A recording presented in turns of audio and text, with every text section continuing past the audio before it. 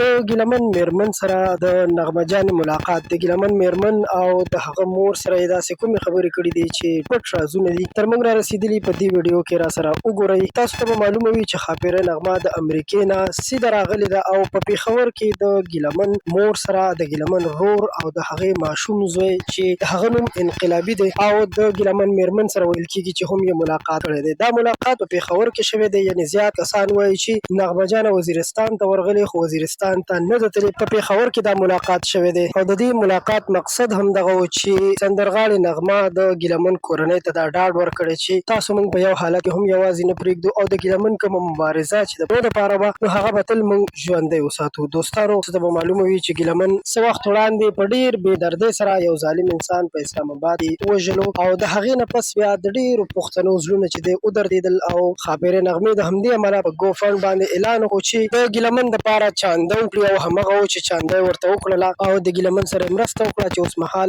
د ګیلمن مزار باندې هم زر زره به کار شروع شي.